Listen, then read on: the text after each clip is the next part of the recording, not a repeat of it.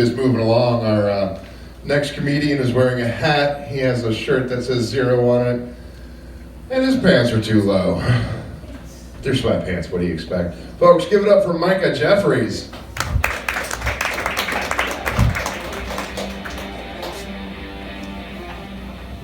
Alrighty, give it up for Spencer.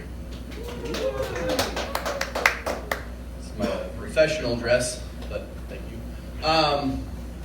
So he started the show saying something about Christmas music and how he is glad that Christmas music will not be played that much anymore.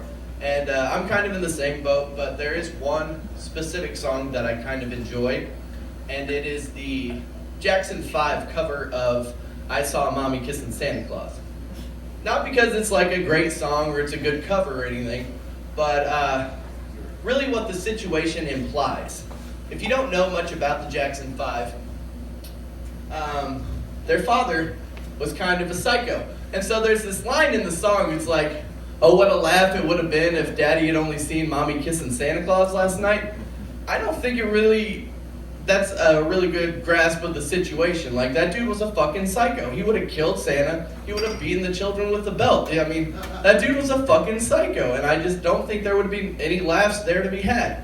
But I just got back from Cancun, Mexico for a destination wedding. And it's the first time I've been on a destination wedding, really the first time I've been on a resort. So I'd like to share some of my experiences with you and some of the things that I found interesting. The first thing really wasn't part of the Mexican experience so much, but more of the bridal party. We didn't know many of the groomsmen, so we're getting to know some of the groomsmen the first day or so. We're in the pool, and my girlfriend is slightly intoxicated at this point. So we see one of the groomsmen, and he's covered in tattoos. And she sees coincidentally that on his back is her birthday, tattooed on his back. And she comes up to him, and he's like, "Oh my God, that's my birthday!" And he goes, "Yeah, that's the day my friend died."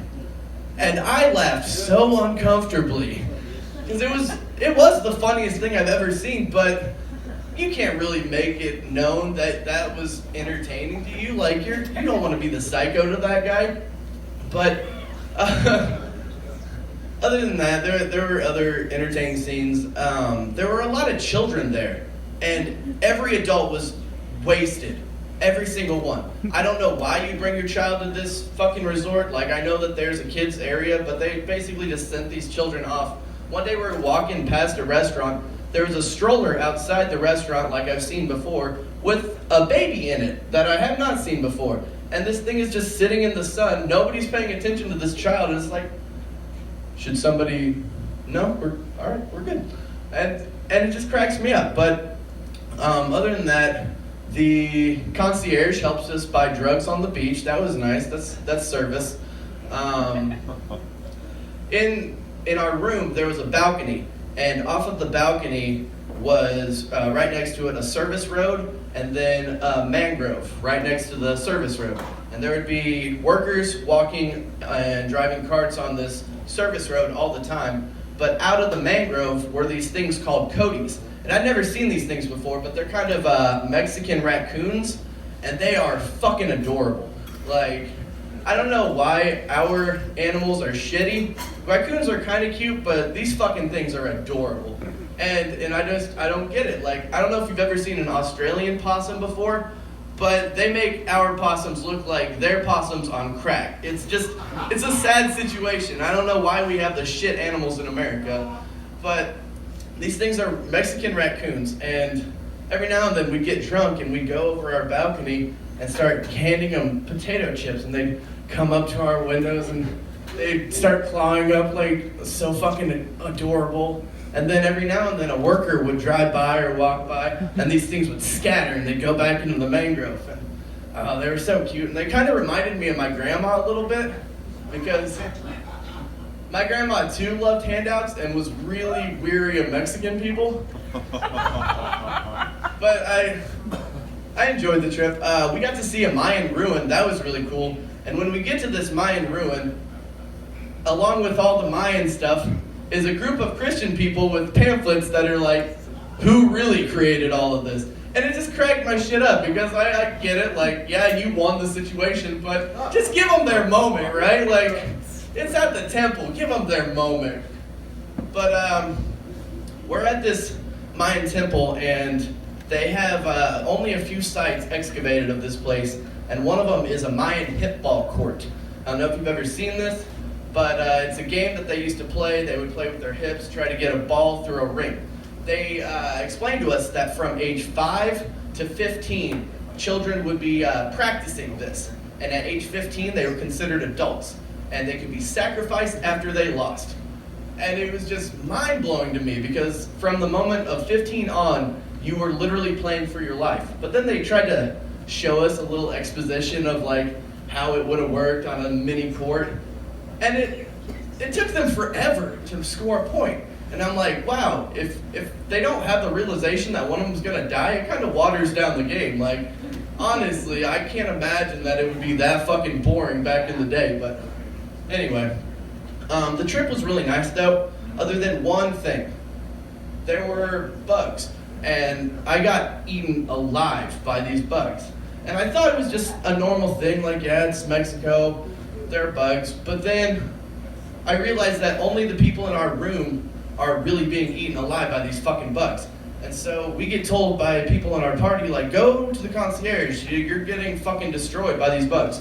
So we go to the concierge, and they're like, oh, it's just bugs, there are bugs in Mexico. I was like, yeah, I know they're bugs, but I'm fucking covered in this shit. And they sent us to the doctor for free, which was like $200. And they give us this prescription. I asked them to change our rooms. When we get back to our room an hour and a half later, our beds are like pulled apart, but nothing is fixed. So we call these people and we're like, hey, could you fix our bedding maybe? And they call us back 5 minutes later and they're like, yeah, your bedroom is filled with bugs. I go, I know.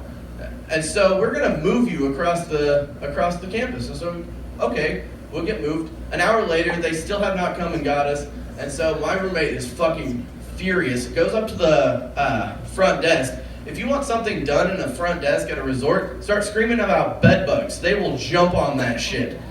And so they get us in this new room. They give us a fucking bottle of champagne. They give us a spa day and all this shit. And then when we go to check out, my girlfriend is pulled aside and given this piece of paper that basically says a list of things that they gave us. Not a bill, but a list and how much everything cost. And they said, you basically accepted our hush money. So no posting on Facebook or any social media about your experiences here. So I don't know what the problem is or what's going to happen to us if we were to do that, but we're not allowed to post on social media. But they did not say anything about comedy bits, so the Royalton Riviera Cancun has fucking bed bugs. Fuck them. Have a good night.